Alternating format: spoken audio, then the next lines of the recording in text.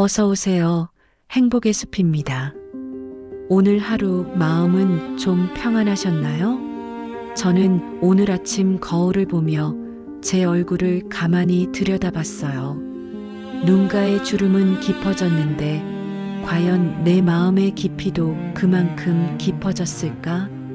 솔직히 고백하자면 나이 들수록 자꾸 제 생각이 맞다고 우기게 될 때가 있어요. 젊은 사람들 말에 훈수 두고 싶어 입이 근질거릴 때도 있고요. 내가 살아봐서 아는데 하면서 말이죠.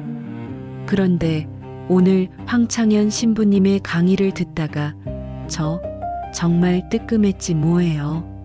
신부님께서 전곡을 찌르시더라고요.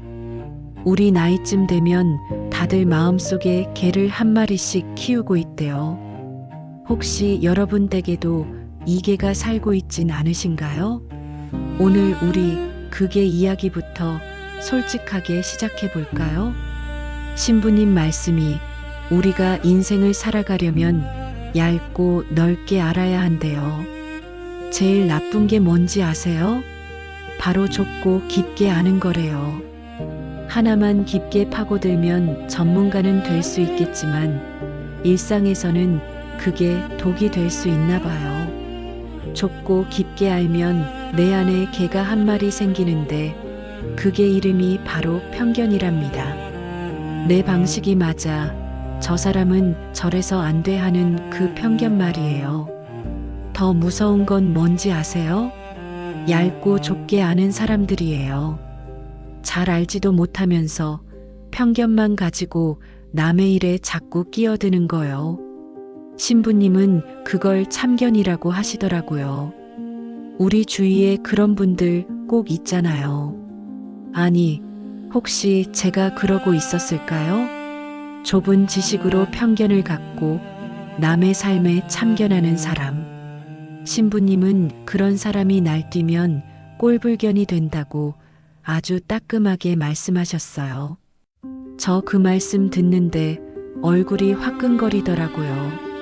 나이 들어서 꼴불견이 되지 않으려면 내 좁은 울타리를 부수고 넓은 세상으로 나가야 한다는 걸 다시 한번 깨달았답니다. 여러분, 혹시 뉴스 보셨나요? 요즘 산불이다, 홍수다 해서 지구가 난리죠. 신부님께서도 그 이야기를 하시더라고요. 지금 지구 온도가 산업혁명 이전보다 1.54도나 올랐대요. 1.5도만 넘으면 인간의 통제를 벗어난다는데 우린 이미 그 선을 넘어버린 거예요. 그래서 신부님은 원래 2030년 완공을 목표로 300억 원을 들여 피정집을 지으려던 계획을 과감히 포기하셨답니다. 언제 불탈지도 모르는데 뭘 돈을 쏟아부어 하시면서 말이죠. 대신 30억짜리 경량 철골로 꼭 필요한 만큼만 짓기로 하셨대요. 이 말씀을 듣는데 저는 제 옷장을 떠올렸어요. 신부님께서 옷도 웬만하면 정리하라고 하시거든요. 불타 없어질 옷을 상같이 쌓아놓지 말고 내 것을 입어라 하시는데 그 말이 참 마음에 와닿았습니다. 언제 떠날지 모르는 소풍 같은 인생인데 우리는 왜 그렇게 천년만년 살 것처럼 물건을 쌓아두고 살까요? 미국의 부촌 산타모니카에서도 산불이 나서 하루아침에 수만 채의 집이 사라졌대요.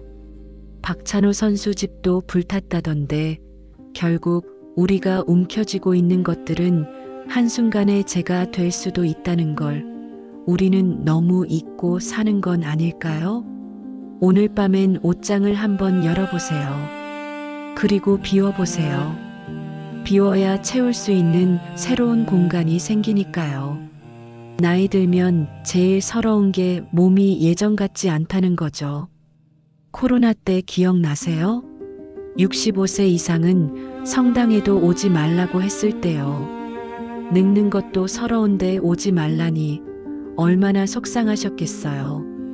그래서 신부님은 유튜브에 다볼사이버 성당을 지으셨대요. 교무금도 없고 헌금도 없고 건물도 없지만 전 세계에서 가장 큰 성당이죠. 구독자가 50만 명이 넘으니까요. 저는 이 이야기가 참 희망적으로 들렸어요. 이제 우리는 두 다리가 아파도 병원에 누워 있어도 세상과 연결될 수 있는 시대에 살고 있잖아요. 신부님 말씀처럼 침대에 누워서도 이스라엘 성지 순례를 할 수 있고 매일 저녁 수천 명의 사람들과 실시간으로 대화를 나눌 수 있어요. 나는 늙어서 기계를 몰라라고 뒤로 물러나지 마세요. 배워야 해요. 앞으로는 인공지능 시대가 온다고 하잖아요. 배우려는 마음만 있다면 우리의 노년은 결코 고립되지 않습니다. 얇고 넓게 배우는 것, 그게 바로 고독을 이기는 힘입니다. 신부님 말씀을 듣다 보니 우리 시니어들이 진짜 행복해지는 비결이 하나 있더라고요. 바로 나눔이에요.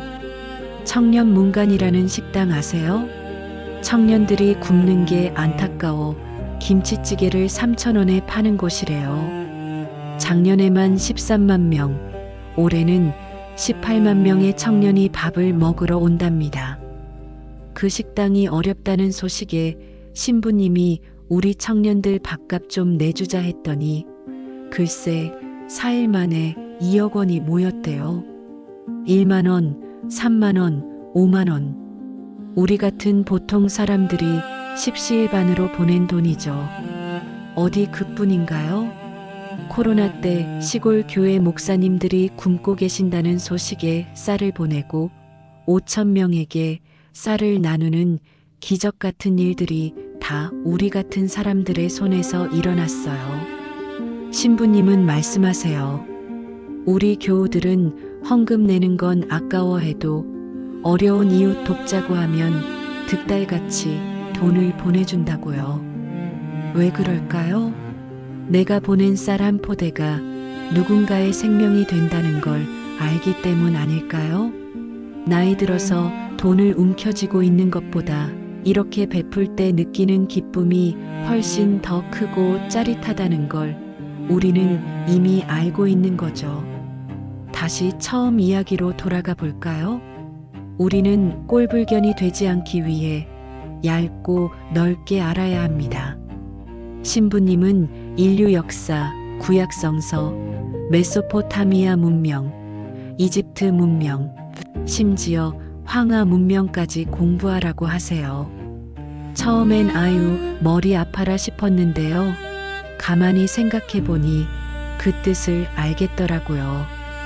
이집트의 태양력을 알고 메소포타미아의 태음력을 알아야 성경의 첫째 날, 둘째 날이 이해되듯이 세상의 다양한 배경을 알아야 내 고집을 내려놓을 수 있다는 거죠. 내가 아는 게 전부가 아니라는 걸 깨닫는 것. 그것이 바로 겸손이고 시니어의 지혜입니다. 신부님은 유튜브에 6,200개가 넘는 강의를 올려두셨대요. 미국 얘기도 있고 중국 얘기도 있고 이스라엘 순례 얘기도 있답니다. 우리 오늘부터라도 드라마 한 편 덜 보고 이런 세상 공부를 좀 해보는 건 어떨까요? 그렇게 넓은 지식을 쌓다 보면 며느리의 잔소리도 남편의 고집도 아, 저 사람은 저런 문명 속에서 살아서 저렇구나 하고 이해하게 될지 모르잖아요. 사랑하는 인생의 번 여러분, 오늘 황창현 신부님의 이야기를 통해 우리는 큰 숙제를 하나 받았습니다. 내 안의 편견과 참견을 버리고 그 빈자리를 넓은 지식과 따뜻한 나눔으로 채우라는 숙제 말이에요. 쉽지는 않겠죠.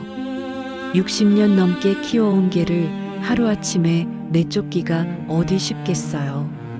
하지만 적어도 내가 지금 꼴불견이 되어가고 있는 건 아닌지 스스로를 돌아볼 줄 아는 거울 하나는 품고 살았으면 좋겠습니다.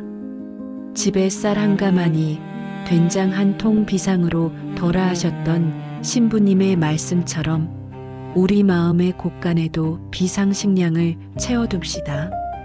이해라는 쌀과 사랑이라는 된장을요. 그래서 누군가 배고프고 헐벗었을 때 기꺼이 내어줄 수 있는 넉넉한 어른이 됩시다. 오늘 밤 여러분의 꿈자리는 편견 없이 맑고 나눔처럼 따뜻했으면 좋겠습니다. 지금까지 여러분의 행복한 인생 2막을 응원하는 행복의 숲이었습니다. 이 영상이 여러분의 마음에 작은 울림이 되었다면 구독과 좋아요로 그 마음을 표현해주세요. 우리는 다음 영상에서 더 지혜로운 모습으로 만나요. 사랑합니다. 그리고 축복합니다.